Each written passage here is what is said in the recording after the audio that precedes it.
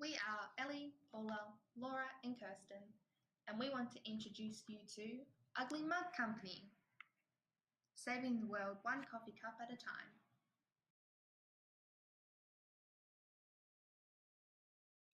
We started our brainstorming by examining the industry from all angles and came up with several relevant issues. These include technology, economy, globalization and environment.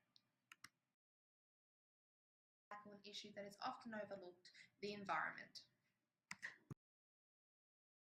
We discovered that within half an hour in Melbourne, 50,000 coffee cups are thrown away.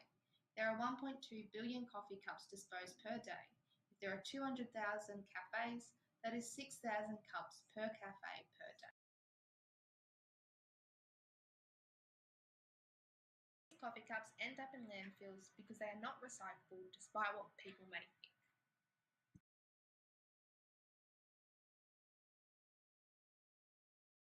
It started with a cafe, one that sold coffee in mugs and didn't offer disposable cups that couldn't be recycled.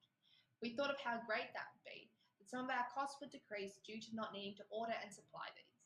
We determined our ideal market would be something like hipsters or millennials, those who were after experiences. Without any restrictions in place, and the imagination of all four of us banding together and throwing ideas to one another, it became something else. Imagine a new day, early in the morning, where the air is still crisp and the yearning to be back in one's bed tugs at one's mind. Settled amongst buildings, finding its place in the community is a cafe. It appears small, tiny even. The working day is starting for the cafe, and with an open sign placed on the window, it tells the world that it's ready for business. The cafe would be well known amongst the community, understanding our green and sustainable approach, our uniqueness over the competition. After all, what other cafe had a farm in its backyard, with their own chickens and our dear old cow Betsy, who provided fresh milk used for the coffees?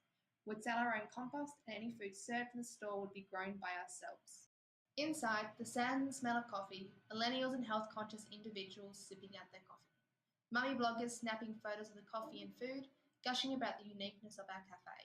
This is supported by photos she adds to the blogs, with walls of mugs supplied by charity, the posted notes of one free coffee for any of those in need. We were changing the world. Foreshadowing. We got carried away. This was only discovered when we went to talk to Blue Rock. We saw ourselves as lucky. We got two of the people.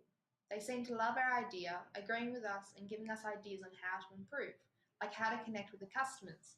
Once again, we must remind you that these people still didn't exist. It was like Shark Tank. We were winning these people over. Everything was going great. Our second brainstorming activity, the elevator pitch. We had 10 seconds to pitch our idea to them as if they were potential investors in the business. In a few key words we mentioned: millennials, cafe, coffee, and waste.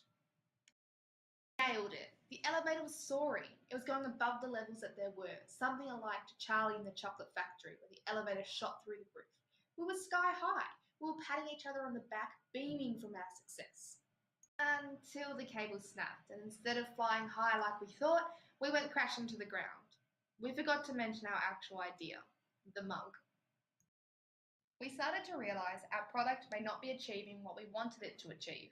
We went off and did some brainstorming, focusing around the mug, and said goodbye to dear sweet Betsy.